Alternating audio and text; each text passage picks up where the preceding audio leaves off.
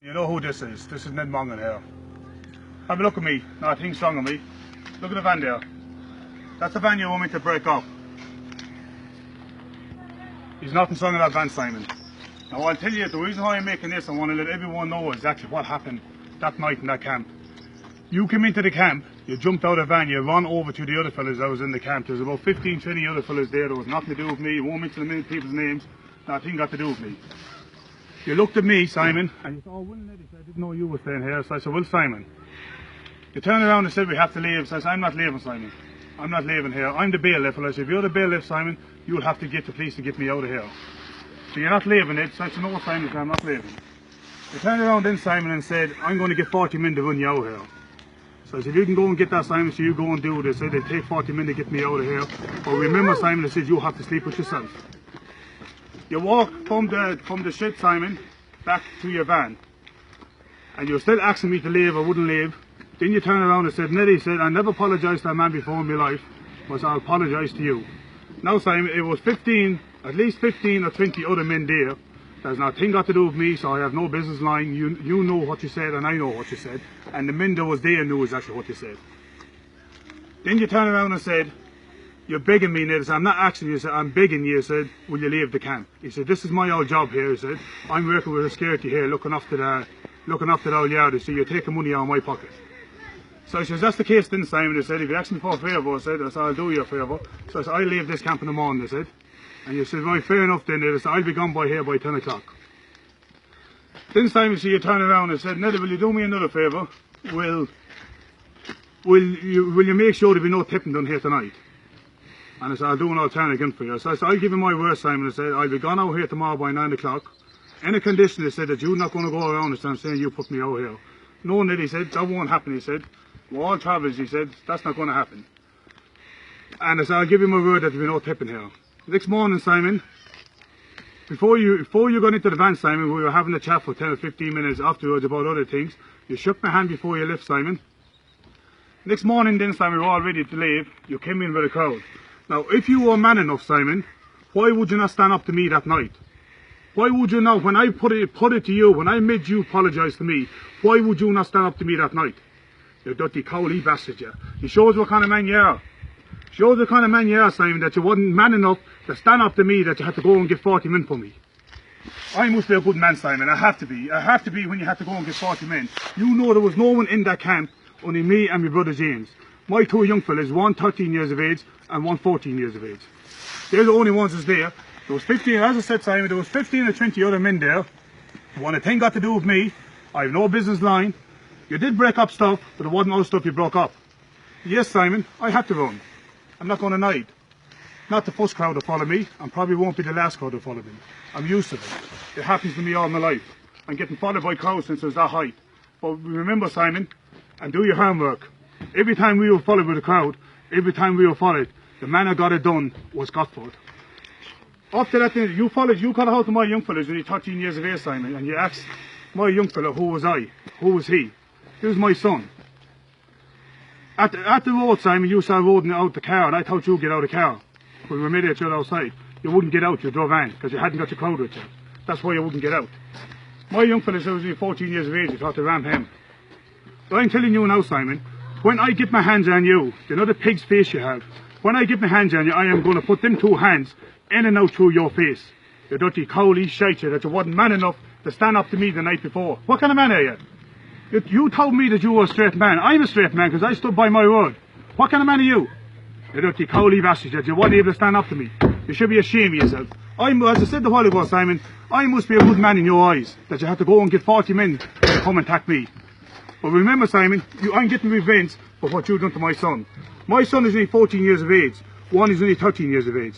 And the show as I'm making this here, Simon, I'm not going to make a fool of myself, talking like this, making this. My young fellas, like your sons, anyone's sons, come first. I'm getting revenge for what you've done to my son. The other fella, I don't know who he is, the fella that was driving the car that almost knocked my young fella down. I'll find out who he is. If it takes 20 years, I don't give a fuck. I'll find out who he is. I'll get him. And remember what I told you that night, Simon. You have to sleep with yourself. You have to work with yourself. You have to go shopping with yourself and the woman. You have to do things with yourself. You won't have the crowd with you 24 hours a day. You dirty cowley bastard, you. I made you shit in your trousers that night in the camp, and there was 15 or 20 men there for witness. You shite in your trousers, you dirty cowley bastard, you. Go back now and tell your family and tell your fathers a different story. What happened that night is what I'm telling you what happened. You apologised to me and you begged me for the leave that camp. You begged me, you said, I'm not asking you, Ned, I'm begging you, said, will you leave that camp? I thought you were leave, Simon. You dirty cowley shite, you. You weren't man enough to come and face me. Why didn't you stand up that night and tell me, Ned, I'm getting you out of this camp tonight? Because you knew, Simon, them two hands will go through your fat jaws. You know that, you dirty cowley shite, you. There was only two in that camp, Simon, as I said, me and my brother James, no one else, only two of us. You had to go and get 30 or 40 men to get us over it. You should be ashamed of yourself. You should be ashamed of yourself for what you've done, to go and get 40 men that weren't men enough to put us over it. I put you away from your ground that night. Only one man put you away from your ground. You got into your van where you work from. That was your yard where you were working. You got into your van, you drove away. I put you away that night. Myself. No 30 men, no 20 men, no 5 men. Myself. Put you into the van. There was a smell of shite off you when you got into the van with the fried I give you.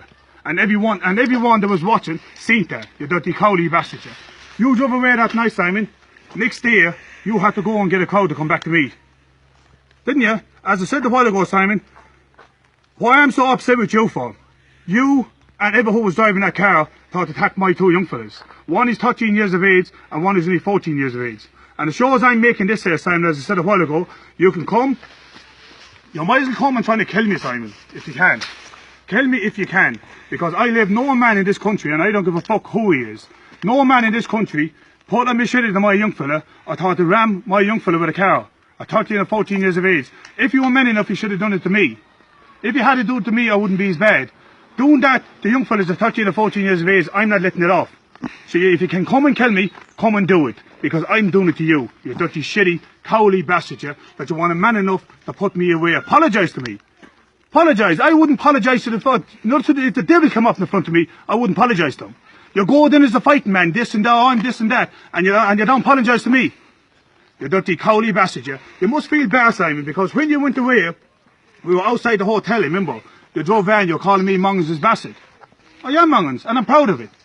I'm proud of it. It proved that night that I'm a better man than you, because you had to apologise to me. Who apologised? You or me?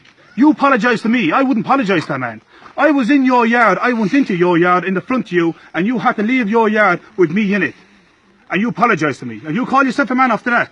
You dirty cowley shite, you. Now get back to me, do what you want, I don't give a fuck, make as much tape as you want, call as much names as you want, do as much threatening as you want. I'm not talking about no one else, I'm going to talk about you, Simon, and the fella who thought to ram my young fella down. They're the only two fellas I'm talking about, and I'm getting you, and I don't give a fuck what it costs, I don't give a fuck if I'm put under that ground. I'm not stopping until I get you, Simon. You dirty, shitey, cowley bastard, you, that came up to me and apologised to me. You dirty cowley bastard, you. I tell you, for one man, I must be a good one. I have to be. In your eyes, I have to be. And when all this is all over with, Simon, when I give revenge, I'm not shit talking. When I, look, you do your homework, Simon. When I say I'm doing something, I'm doing it. When all this is all over with, when I give me revenge for what you done, I won't shit talk and say 200,000 and 300,000, I won't come out with that shit talk. I put £50,000 down that I'll beat you or the fella who thought to ram my young fella, ever who he is. And that's no shit talk. I'll do that.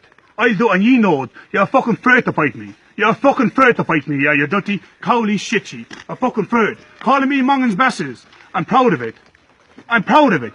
You dirty fucking shitchy. You shit, you have to fucking apologise to me. Now get back to me.